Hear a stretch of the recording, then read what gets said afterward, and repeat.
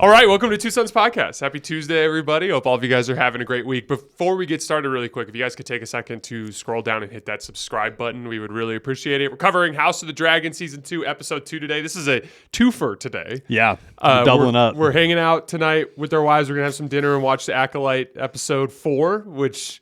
Five? Is it 4? 5. I think it's 5. Yeah, which Luke and I just had a little off-the-record chat.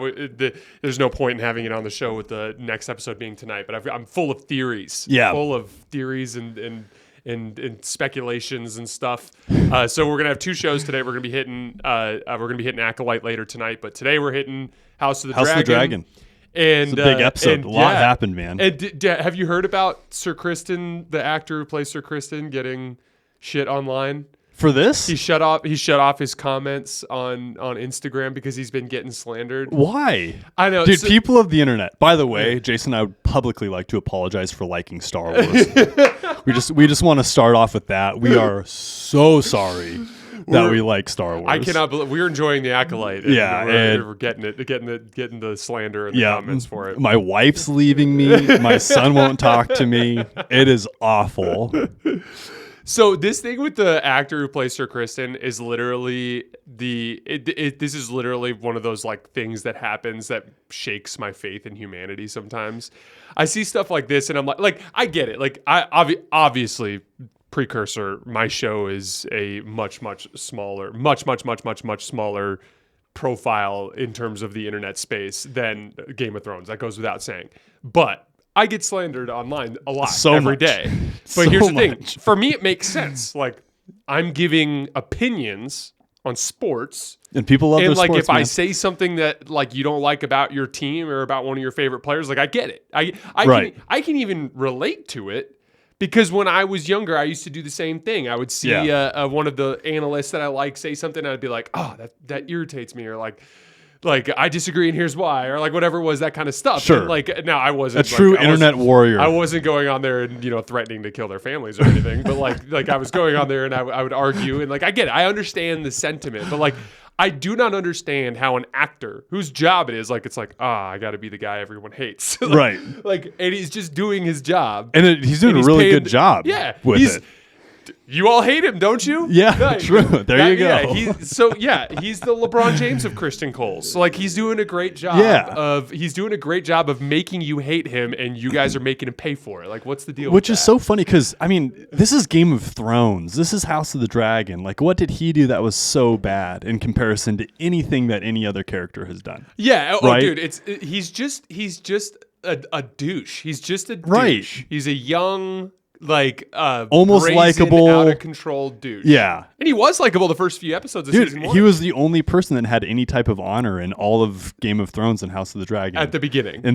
And then that he lost that super fast. But he tried. He had it. Kristen and Allison are both like representative of that demographic where it's like the hypocritical religious person, where it's like they're both. So that's their thing. Is like the reason Allison hates Rhaenyra is because she views her as like impure for what she did with Kristen. Oh, like remember in last season where Kristen like confesses to Allison about what happens, and then she's like fuming mad, and then she goes ahead and fucks him.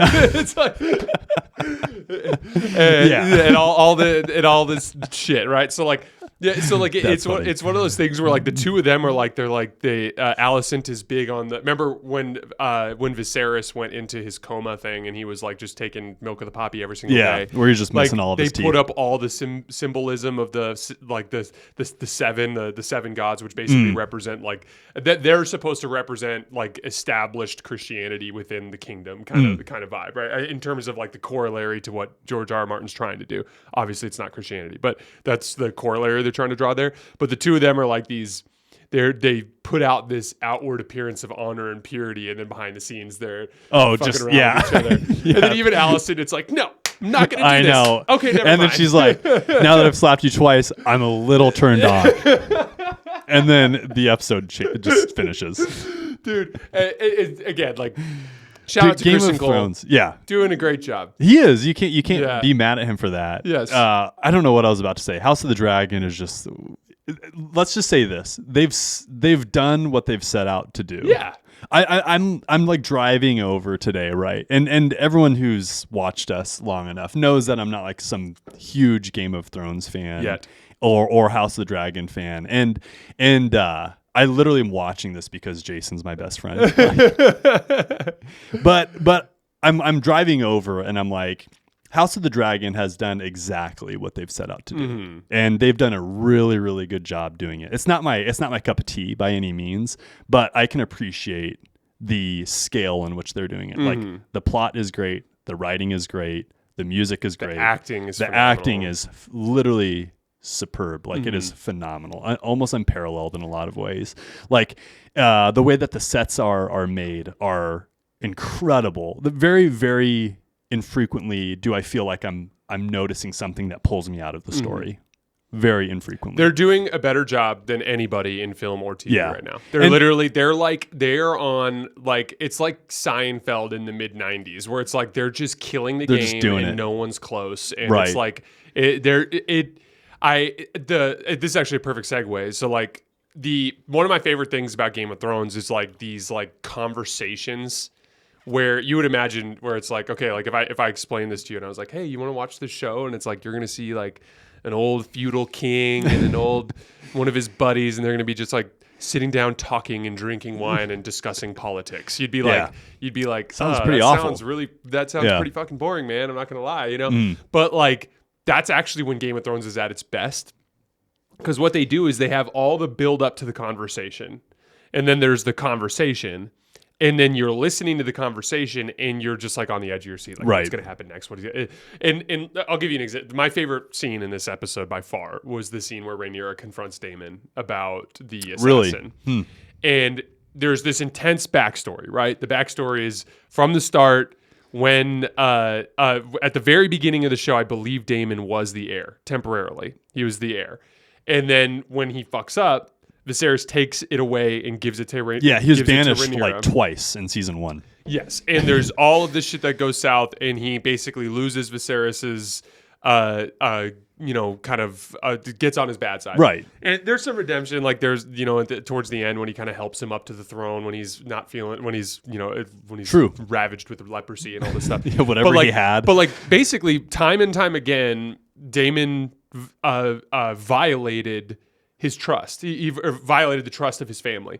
Right. He proved to be disloyal is strong because I feel like it is born out of loyalty. It's just like he's just a hothead. He acts too rashly, and like that scene where Rhaenyra breaks it down where he's like, I put the crown on your head, and she's like, yeah, right after I was having your baby in the other room. True. And you were trying to lead a war council. Right. I told you I want Aemond Targaryen, and you went in and said, or the next available son. And they ended up killing poor Helena's son, Yeah. And she lays it out for him. And then there's this scene where she basically, the part where she basically goes like, she's like, you're doing this because you're mad that you're not the king. Basically, she puts him on the spot. And then he admits to it. It basically goes like, Viserys did it because of you, or Viserys did it because he wanted to stick it to me. Like he was like, Rhaenyra's the heir because fuck you, Daemon, right? Yeah.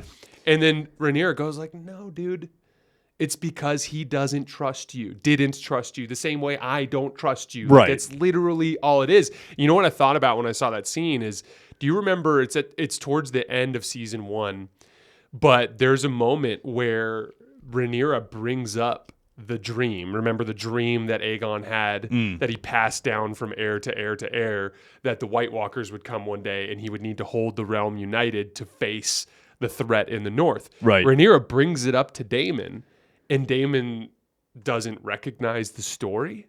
And then Daemon chokes her out, remember? And after he chokes her when he lets go, she's like, he didn't tell you, did he? Remember? And yeah, I do. And what's really fascinating about that is like every single heir had heard it. Rhaenyra, the day she was announced, like the day that they all pledged their allegiance to her, Viserys took her down to all the dragon skulls and told her the story of the dream that Aegon had. And I find that super fascinating because like that's classic Game of Thrones.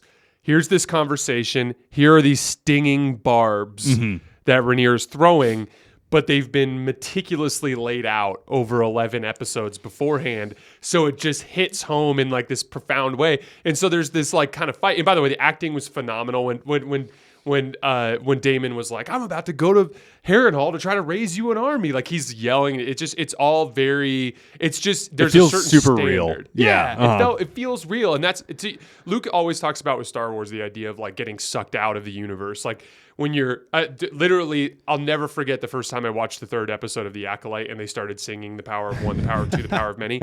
At one point when the song started playing in the background, and they all kind of like threw their arms in towards the middle like this, like I legit paused it and I looked over and my wife was sleeping, which is why we had to rewatch the episode. And I'm literally like, is anybody seeing this? What is happening right now? Globally televised. Like, some of it's bad. But Game of Thrones does a good job of like, you don't. I will say the one time when Game of Thrones does kind of when you get kind of sucked out of it is when they're trying really hard to be shock. Oh yeah, the shock and awe that they kind of just can't help themselves with and just have like to the do. Sewed on head, dude. And then he's going on the cart and it's like jiggling around, like, and I'm we're just gonna like, drop his body. We're gonna drop. I got you. I know, and I'm just waiting for this poor child's head to fall off, and I'm just like, could we just not do that this episode? And they didn't. If we're being nitpicky, and this is just like a limit of today's technology. Sometimes when someone's riding a dragon and they go to like get off the dragon, that's a little harsh too. Yeah. Like they're still figuring out. Dragon CGI is taking some Dragon time. CGI we're still working on, but I'll give them a pass. Some of it's great. Yeah. Like when we saw the dragon mostly in this episode as it's coming out of its lair or whatever. Craxes, yeah. Super cool. That was really, really neat. Damon looks dope on his dragon and his armor and everything. Yeah. It's even like little things like, we get it.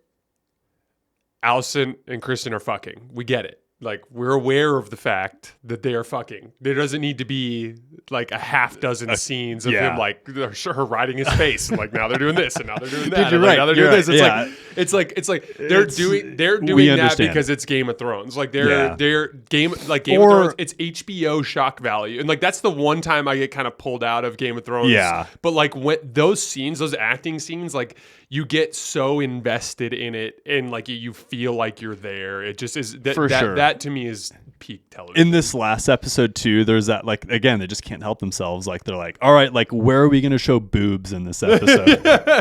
You know what I mean? And I'm just like, I know, and I'm just like, like all I think about because I woke up. Are you about early. to go to anti-boob take right now? Like, what's going on? No, because like after the show, Lynn is always like, "How's the episode?" And I'm just like, "It's Game of Thrones. Yeah, it's House of the Dragon." And I woke up early to watch it. That way, I had time because we had to do G-Man's swim lessons, which by the way is so cool. I've got to tell you about that in a bit. Not on the pod probably. But anyways, the boob thing happens and I'm just like looking at the door. I'm like, when is my wife going to walk in? And I'm just like staring at a screen with all of this nudity on it. And I'm just like, please don't let this happen. You're going to be okay. Everyone's going to survive a little boobage. Yeah. So anyways, the plot of House of the Dragon. The plot of House of the Dragon. Let's get into it. Well, we got into the Daemon Rhaenyra scene. I thought that to me was a really fascinating scene because like one of the major kind of like there's a scene with Rhaenys and Corlys Velaryon. They're laying in bed and Corlys mentions like Daemon's flying when we need him here. And then, Rhaenys brings up the obvious kind of like fact about how like Daemon just doesn't really he's not very reliable. Right. And he doesn't bode well with being told what to do. Yeah. He doesn't handle commitment well. He doesn't handle subservience well.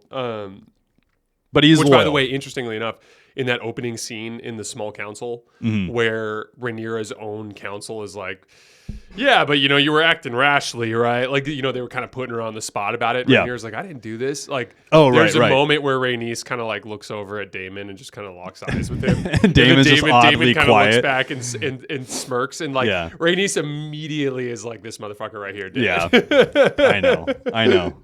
Yeah.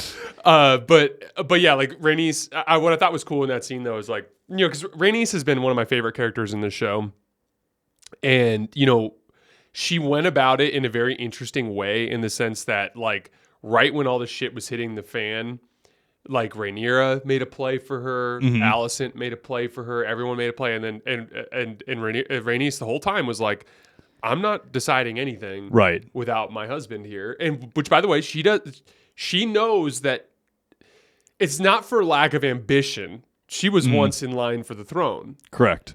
Yeah, What she it- was enemy number one. Like initially, Yeah. when this series started, she was like, I think, one of the first enemies we learn about. She was the one that Viserys got chosen for the crown over, Right. And so she was spurned, and Correct. and she was also one of the ones who like early on was talking with Rhaenyra when she first became the heir, and she's basically like, "You think these dudes are ever going to accept Bitter, you?" cold conversation in the castle. Yeah, exactly. And so, but what I found fascinating about it is like there was a moment in the throne room where Viserys was like, "What does Lord Corlys?"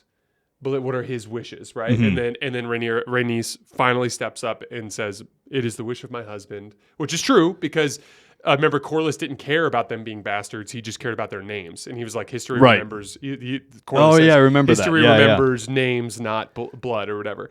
So like she puts her husband's wishes out there again, like as unfair as it is that she has to be essentially like his representative, like that she honored her, kind of place in all of it, right? And then you go into like as the war started, and like as soon as Corlys was like, "I'm in," like you have the support of the Valyrian Navy, like now all of a sudden she's Team Rhaenyra 100%, Right. and now she's like, "We are not going to let the Queen falter."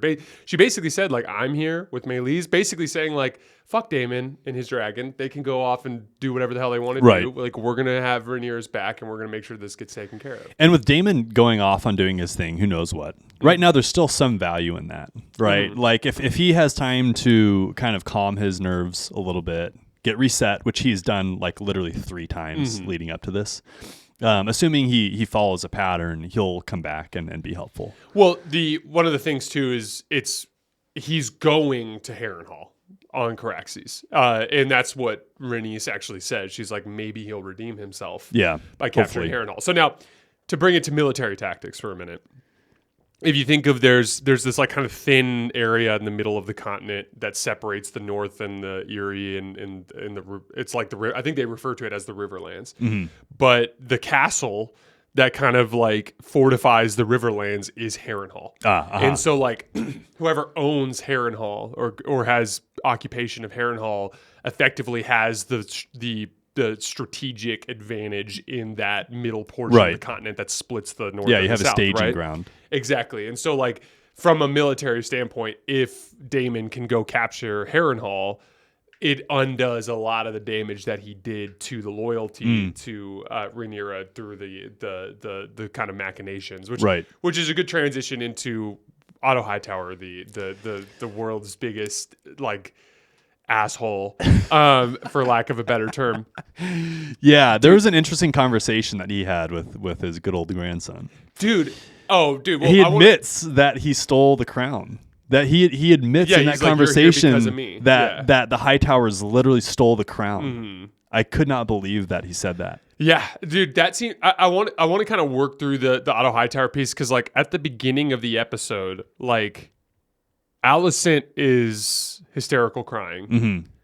The king is beating up Viserys's old King's Landing figurine collection, Mini train set. Yeah, mini train set. Yeah, that's literally what it's like. It reminds me of like a big table mini train set. Yeah, just beating the shit out of it, right?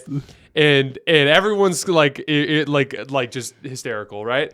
And Otto's like, how can I spin this to my advantage? And he's like, let's blame the shit out of Rhaenyra. Let's drag the great grandson's body through the streets. Let's put the women out there. And like, there's actually a really interesting scene too. Like again, like we were just talking about this earlier with Rhaenys. Like, there's this like.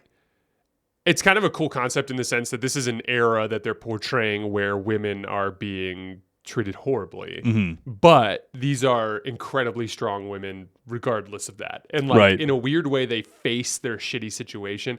Like when Alicent goes in to see Helena and Helena's like, I don't want to go out. And she's like, She's like, neither do I. Yeah. You know, and she's like, but this is what we have to do because this is the reality of our predicament. And, you know, and it's like, it's just, it's like kind of like there is an inevitability to it. Like they are kind of forced to do all of this stuff, but they do handle it in like this, like kind of like stoic, acceptance kind of thing where it's like we have no choice. We've got to get through this, and we got to, you know, find a way to make it to the other side of whatever this is. Right. And like, but yeah, Otto Hightower doesn't give a fuck. And by the way, like speaking of the usurping of the throne, Alicent's got the short end of the stick most of the way from Otto. Like do you think from that Otto girl, and then his son or son? To go, hey, you know that old dude with leprosy? Oh yeah. Go make moves on him. Oh yeah. Surprised that he could even, you know, do the deed. Yeah, exactly. Like there's leprosy sex scenes. Yeah, that it didn't just like fall off, you know. Yeah, or maybe it did at some maybe point. Maybe it did. Yeah, gross. But dude, like, yeah, there's a lot of focus in this show on some of the unfortunate predicaments that people are in. Like we just talked about Alicent and Helena. We've talked about Rhaenys early in the show. They do a whole scene with that. I think he's the stonemason or I can't remember exactly what his role is, but he's basically the merchant / tradesman who lives in King's Landing, whose family is getting screwed over by the blockade. And it kind of struck me because it's you know, I think it works like the iron worker. That guy. Yeah, I think it is iron. Yeah, I think he was in smithing or whatever. Yeah, but like iron working. The George R.R. Martin actually built the plot of the show around a very specific feudal conflict. I can't remember exactly which one it was, but that's where he got the idea for Game of Thrones very loosely. And like I thought it was an interesting kind of thing for them to hit on, where it's like something that has happened frequently throughout human history, which is like a small handful of people at the top of a society have a dispute. And as a result, thousands or millions die. And like, dude, tale as old as time. Dude, it's legitimately crazy. And like, and it's just, it kind of, I like that the show is trying to shine a little bit of a light on that, because that was something that they did mention in the first, or in the actual Game of Thrones show, but not as frequently and not in as much detail as they're doing in this show. Yeah. And it seems like they're paying a lot of attention to sowing distrust and anger towards the new king with the, you know, your layman now, like, right? So like hanging all of the rat trappers. Oh, dude. Well, that was a fuck up. That was a bad move. And then the other thing too is his society is essentially failing now. Like people are starting to go hungry. Yep. And they're going to be upset about it. Well, that and they're spending a lot of time showing that the Greens and the like both sides are in precarious positions for various reasons. But like the truth of the matter is like we're 2 episodes into this and we still haven't really hit the fan yet. Yeah. We've had our little conflicts. We had the assassination of the little kid.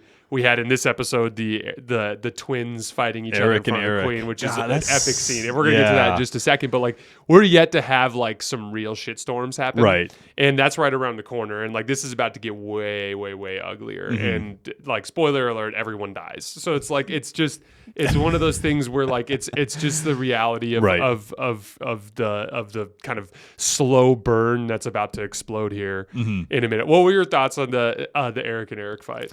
Dude, Eric and Eric were 2 of my favorite characters, which is how Game of Thrones goes, right? Like you're like, oh, like 2 legitimate, likable people that are honorable, like the only ones, right?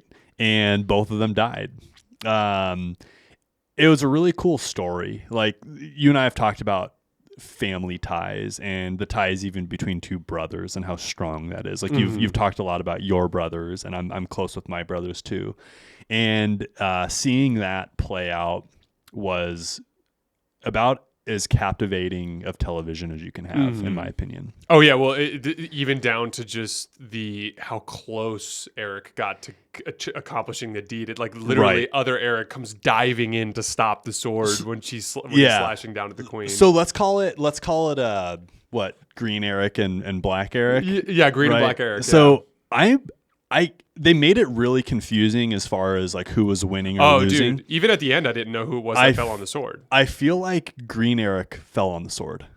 You know, that was my initial impression too. Like I almost thought Green Eric was apologizing to Rhaenyra for bailing on her. Right. And Black Eric was essentially like his sacrifice to try to save Rhaenyra was what saved Snapped. Red Eric at the last minute. Or Green Eric. Excuse me. That's what snapped him out of his I got the exact same thing, and I need to do. There's an answer. I'm sure this was the two Eric.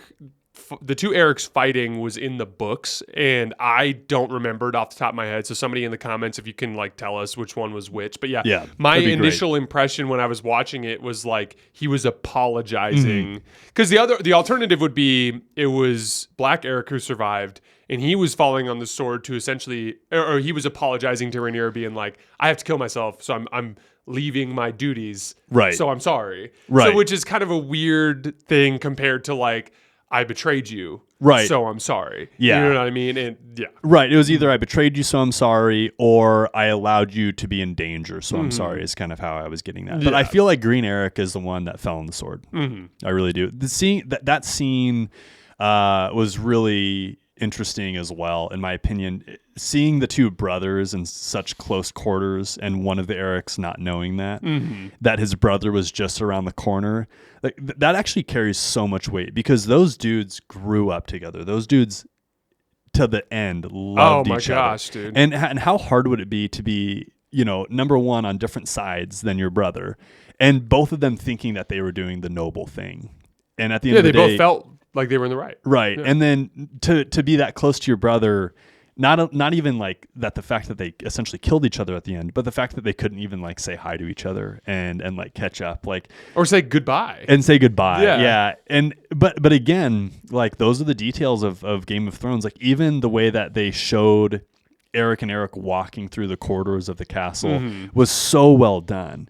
And even, one of the things that I like to pay attention to is like the backgrounds of things. And this isn't super in the background, and it was very obvious, but they were in like the war room, right? And they were pulling the like sled of candles out from underneath the table. Yeah. And I'm just like, the fact that they're even having someone doing that just to make a more dynamic background, and just to add detail into the world of House of the Dragons, it just goes to show what other shows are lacking in, right? No, I 100% agree. Like that attention to detail is what gets you really invested in the environment. Well, we're close with our brothers. My wife is a twin, and now it's not an identical twin, which I would imagine is even another level above this, but like, Carly talks all the time about like the special connection that her and Jordan have because he's her twin, right? Right. And like I just can't even imagine. Yeah. There's this so that Pints with Aquinas podcast that I sent you, the one that I said that you're going to hate the title. Yeah. So in that, the two guys are talking, and he's like, it's one thing for you to say that you'd die for someone, and it's another thing to say you'd kill for somebody. Yeah. And like, I'm pretty confident that I would kill for either one of my brothers.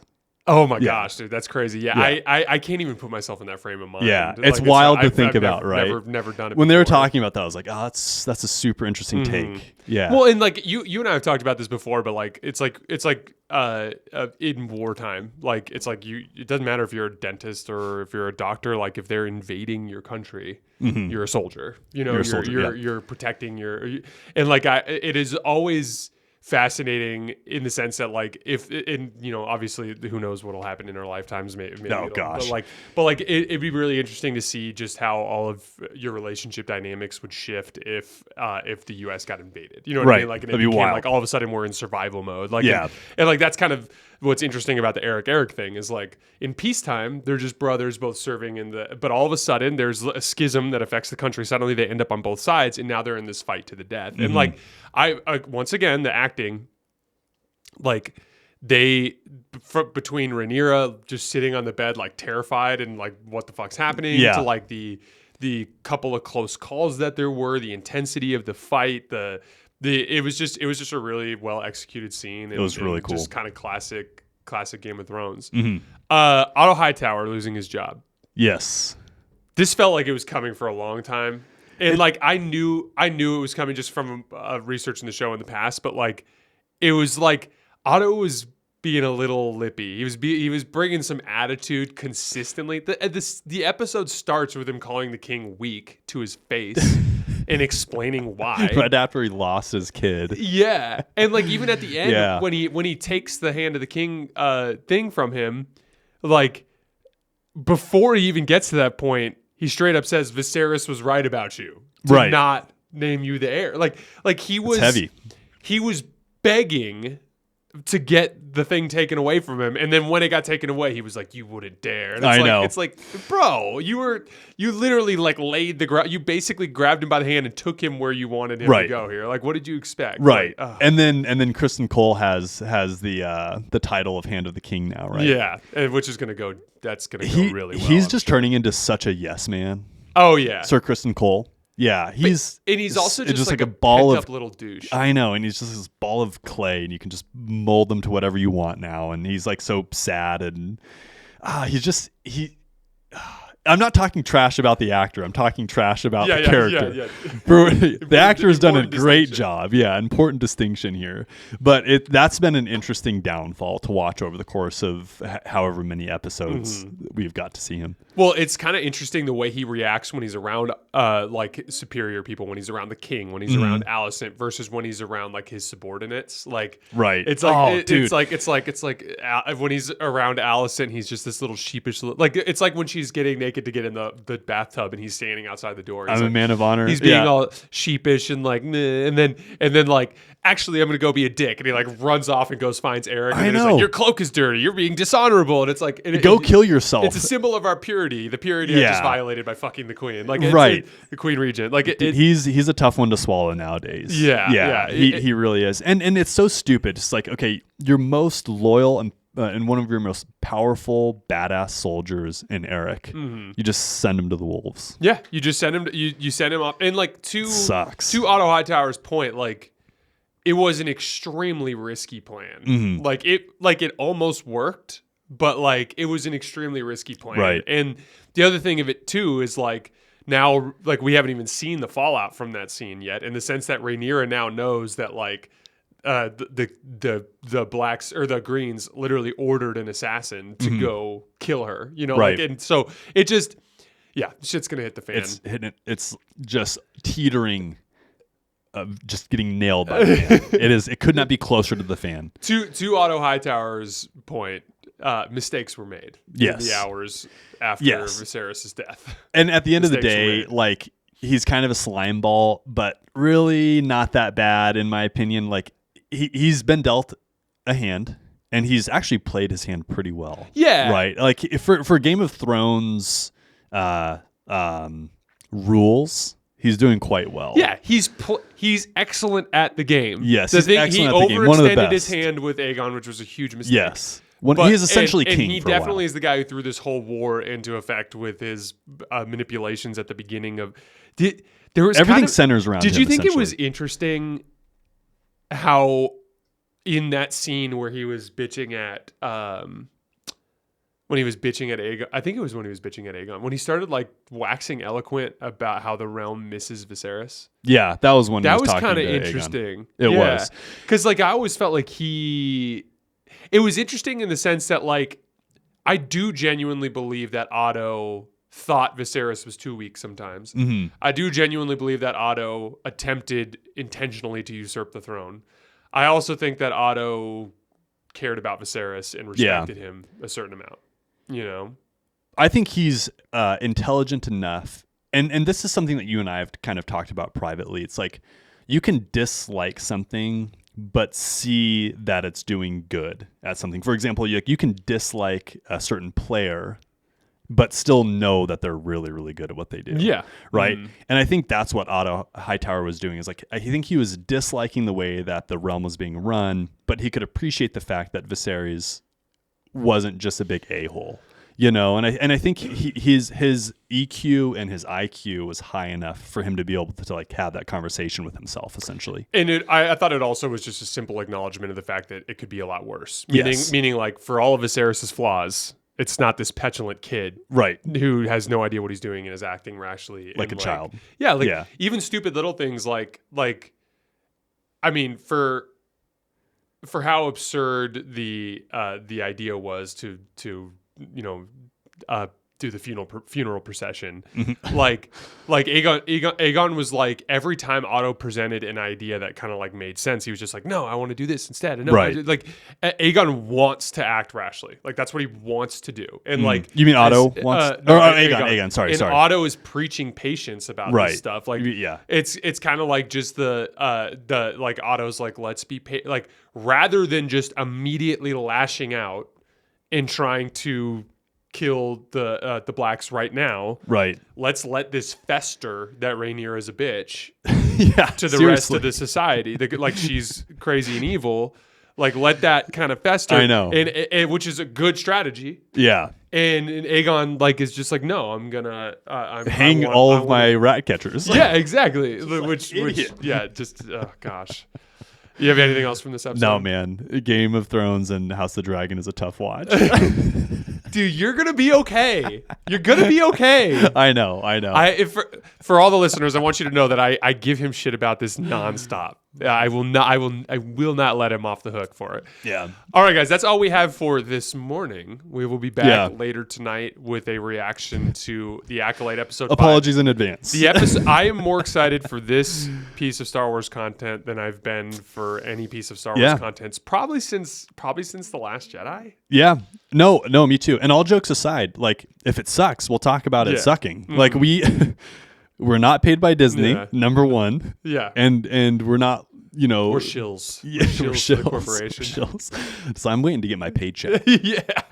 But if it sucks, we'll talk about it. If it's great, we'll talk about it. So I'm stoked for it as well. I think it's going to be awesome. And to be clear, when I say I was stoked for The Last Jedi, it's because I didn't know how bad it was going to be yet. Yeah. And I had like a certain amount of optimism going into the second movie, and it just didn't happen anyway when we'll get into it. Yeah. Someone said it's tough to be a Star Wars fan, and they were mad about us liking the show, but I could still identify with that. I was like, it is tough to be a Star Wars fan. I feel you, dude. Even though you're talking trash to my face, I'm like Otto Hightower. I'm smart enough to realize I can see where you're coming from. Yeah, exactly. All right, guys, that is all we have for this morning. We will see you later tonight. We appreciate your support. See you guys then. Thanks a lot.